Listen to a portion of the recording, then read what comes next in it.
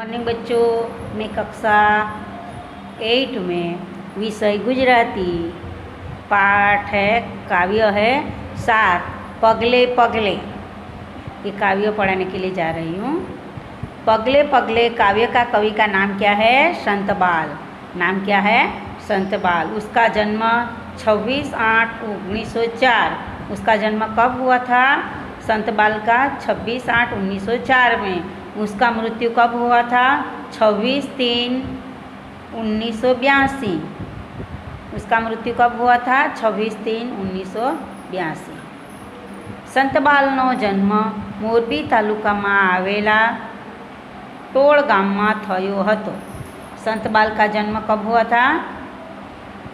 जन्म कहाँ हुआ था? मोरबी तालुका में आया हुआ टोड़ गाम में हुआ था। संत बालનો संसारी नाम शिवलाल હતું। संत बाल का संसारी नाम कौन सा था? शिवलाल। તેઓ ક્રાંતિકારી જૈન સંત હતા। वो ક્રાંતિકારી જૈન સંત थे। તેમણે જૈન ધર્મ, ભારતીય દર્શનો તેમજ આધ્યાત્મ વિષયક વિપુલ સાહિત્ય સર્જન કર્યું હતું। उसने जैन धर्म, भारतीय दर्शनों और आध्यात्मिक विषय का विपुल साहित्य सर्जन किया है। बहुत किताबें लिखी है। समाज घड़तरना कार्यों કર્યા હતા। समाज घड़तर के कार्य भी किए थे। તેમની પ્રેરણાથી ગુજરાત અને મહારાષ્ટ્રમાં કેટલીક સંસ્થાઓ મુનિશ્રીના આદર્શ પ્રમાણે કાર્ય કરી રહી છે। उसकी प्रेरणा से गुजरात और महाराष्ट्र में ऐसी कितनी संस्था है वो मुनिश्री का आदर्श से के प्रमाण से कार्य कर रही है। सर्वधर्म प्रार्थना, विश्ववात्सल्य महावीर, ब्रह्मचर्य साधना, धर्मानुबंध, विश्वदर्शन જેવા 10 પુસ્તક તેમણે આપ્યા છે। उसने सर्वधर्म प्रार्थना, विश्व वात्सल्य महावीर, ब्रह्मचर्य साधना, धर्मानुबंध, विश्वदर्शन जैसे 10 पुस्तक उसने दिए हैं। प्रस्तुत शौर्य गीत पूछ गीत में कविए डगले डगले आगड़ વધવાનું કહ્યું છે। ये जो डगले डगले, पगले पगले मतलब डगले डगले आगे बढ़ने को कहा है। जीवनना मार्गમાં મુશ્કેલીઓ આવે તો તેનો સામનો કરી, जीवन के मार्ग में कोई भी मुश्केली आए उसका सामना करके जीवन पंथने उजाड़वानो कहेवामां आवे छे। जीवन पंथ को उजला करने के लिए, हमारा जीवन प्रकाशमय करने के लिए कहने में आया है। હવે બાળકો અહીંયા આપણે આ કાવ્યનો રાગ છે જુઓ। પગલે પગલે સાવધ રહીને પ્રેમળતા પ્રગટાવીએ જા, અંતરને અજવાળી વીરા पंथ तारो कापीए जा, कांटा आवे कंकर आवे धोम धखनती रेतिया, खांडानी धार रेने धारे धैर्य धारी चाल्यो जा, दुर्गम पंथ कापीए जा, हिम्मत तारी खोतो ना, स्वार्थ सामे जोतो ना, शिस्त शांति ने सेवानो तू पाठ सौने आप्यो जा, दुर्गम पंथ कापीए जा।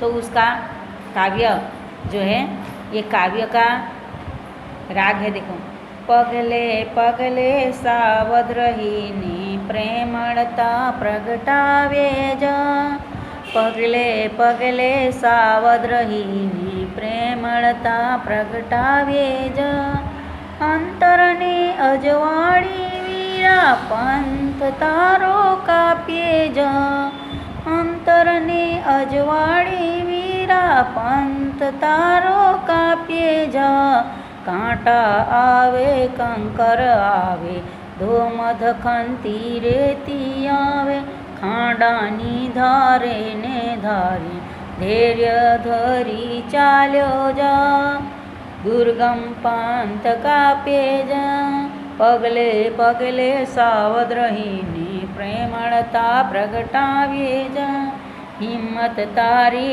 खोतो ना, स्वार्थ सामे जोतो ना, शिस्त शांति ने सेवानो तू पाठ सौने आप्ये जा, दुर्गम पंथ काप्ये जा, पगले पगले सावध रहीने प्रेमळता प्रगटावे जा। आ कवि में कविए, ये काव्य में कवि ने क्या कहा है कि पगले पगले सावधान रहकर और प्रेम का दिया जलाकर तू तेरा जीवन में, तेरे रास्ते में कोई भी संकट आए, कोई भी आफत आए तो अच्छी तरह से आगे बढ़ता रह। अंतर ने अजवाड़ी वीरा पंथ तारो कापे जा। अंतर मतलब हृदय को प्रकाशमय करके एक दूसरे के साथ भाईचारा की भावना के से, प्रेम भक्ति से, प्रेमाचार से, सहचार की भावना से अंतर्क में प्रकाश रखकर तेरा जो रास्ता है वो तेरा रास्ता काट कर तू आगे बढ़ता जा। कांटा आवे, कंकर आवे, धूम धखनती रेती आवे, खांडानी धारे ने धारे धैर्य धारी चाल्यो जा।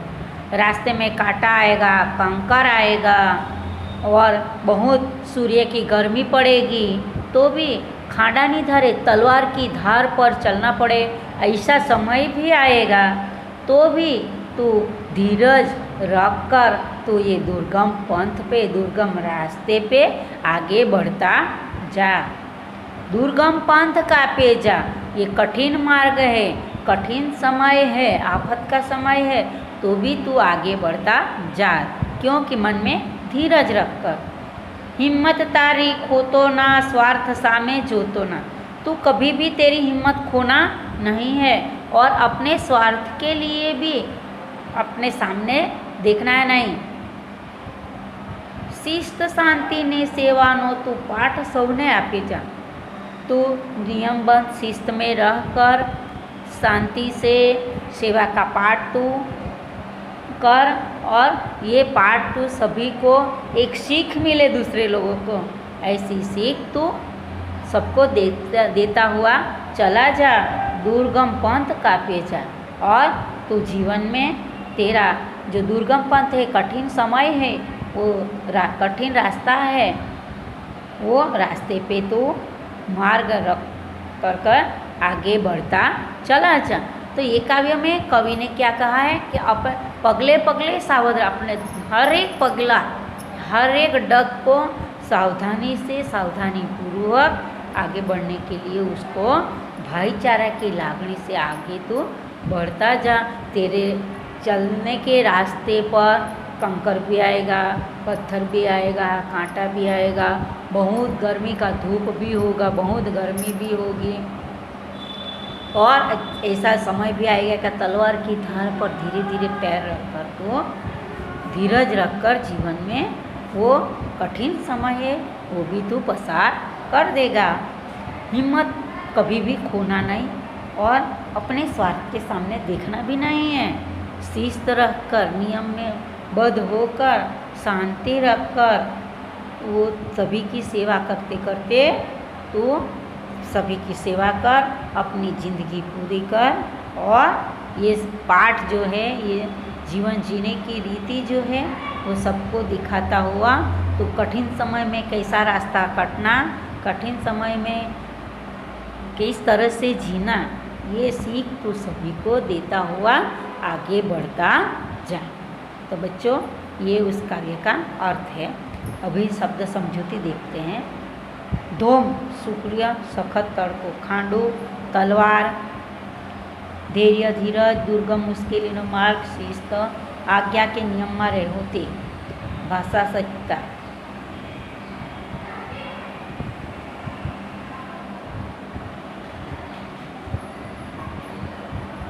हाँ, अभी स्वाध्याय देखते हैं। નીચેના પ્રશ્નના ઉત્તર માટે આપેલા વિકલ્પોમાંથી સાચો ઉત્તર શોધીને તેનો ક્રમ અક્ષર પ્રશ્ન સામેનામાં ખાનામાં લખો। કવિએ પંથ કેવી રીતે કાપવાની વાત કરી છે? ધીરે ધીરે, ઉતાવળે, અંતર ઉજાડીને કે નામ ઉજાડીને? તો કવિએ પંથ કેવી રીતે કાપવાની વાત કરી છે? અંતર ઉજાડીને। ખાંડાની ધારે કેવી રીતે ચાલવાનું છે? ધીરજથી। કવિ કોને સાચવીને ધીરજથી, ગંભીરતાથી કે સમય સંજોગોથી? તો જવાબ આવશે ખ, ધીરજથી। કવિ કોને અજવાળવાનું વાત કહે છે? કવિ ઓરડાને, શેરીને, અંતરને કે ગામને? તો કવિ અંતરને અજવાળવાનું વાત કહે છે। કવિ સ્વાર્થ સામે જોવાની ના કેમ કહે છે? કારણ કે હિંમત ન ખોવાનું, હિંમત નહીં ખોઈને પોતાના સ્વાર્થ સામે પણ જોવાની ના પાડે છે। રસ્તે ચાલતા વચ્ચે શું શું આવે છે? રસ્તે ચાલતા વચ્ચે કાંટા અને કાંકર અને ધૂમધખનથી રેતી આવે છે. કવિ સૌને શું આપવાનું કહે છે? કવિ સૌને જીવન જીવવાના શિસ્ત અને શાંતિના પાઠ આપવાનું કહે છે. કવિ હિંમત ખોવાની શા માટે ના પાડે છે? કારણ કે આપણા જીવનરૂપી રસ્તામાં કોઈ પણ મુશ્કેલીઓ આવે, કોઈ પણ આફત આવે, પણ તેમાં હિંમત ખોવું નહીં, આપણા સ્વાર્થ નહીં જોવાનું, અને એ તલવારની ધાર પર ચાલીને પણ આપણે આપણો જીવનનો માર્ગ પૂર્ણ કરવાની વાત. એટલા માટે હિંમત ખોવાની ના પડે. કવિ પ્રેમળતા પ્રગટાવવાનું શા માટે કહે છે? કારણ કે ભાઈચારાની લાગણી. આપણા દેશ એ એક બહુ ખૂબ જ જાતિ અને ધાર્મિક હોવાથી, અલગ અલગ ધર્મના લોકો રહેતા હોવાથી બધા લોકો સાથે પ્રેમ ભાવથી સહચાર્યની ભાવના પ્રગટાવવાનું અને પ્રેમળતા પ્રગટાવીને અંતરને ઉજાડવાનું કહે છે. હવે માગ્યા પ્રમાણે લખો. સાવધ સાવધાન, અજવાળું પ્રકાશ, પંથ રસ્તો, કાંટા કંકર, ધૈર્ય ધીરજ, સાવધ બેદરકાર, અજવાળું વિરોધી શબ્દ, સાવધ બેદરકાર, અજવાળું અંધારું, પ્રેમ નફરત, દુર્ગમ સુગમ, સ્વાર્થ નિસ્વાર્થ.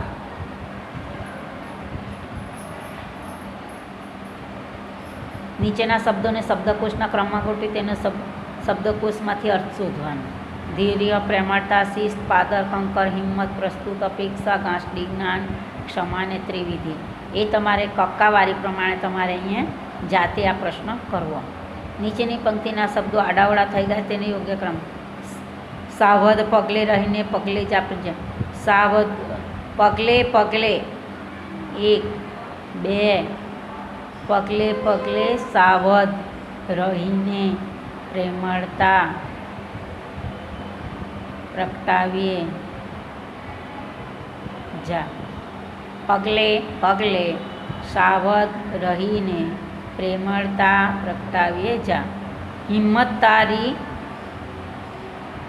ખોતો ના, સ્વાર્થ સામે જોતો ના. નીચેના શબ્દો એ તમારે બંને મેં ક્રમ લખ્યો છે એ રીતે તમારે શબ્દો લખી ને તમારે નોટબુકમાં લખો. હવે સમાનાર્થી શબ્દ કોષ્ટકમાંથી શોધવાના છે.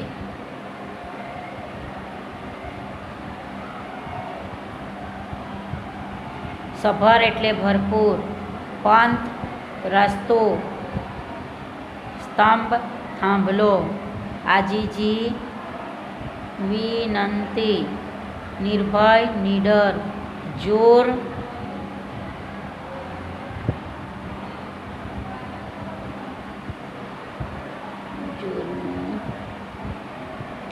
કંચન સોનું, સ્મિત હાસ્ય,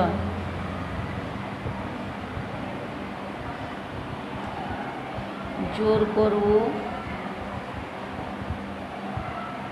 जोर એટલે બળ. तो बालक बच्चों यहाँ हमारा जो काव्य है वो ख़त्म होता है और उसका समानार्थी काव्य भी समझाया, प्रश्नोत्तर भी करवाया, समानार्थी विरोधी भी करवाया.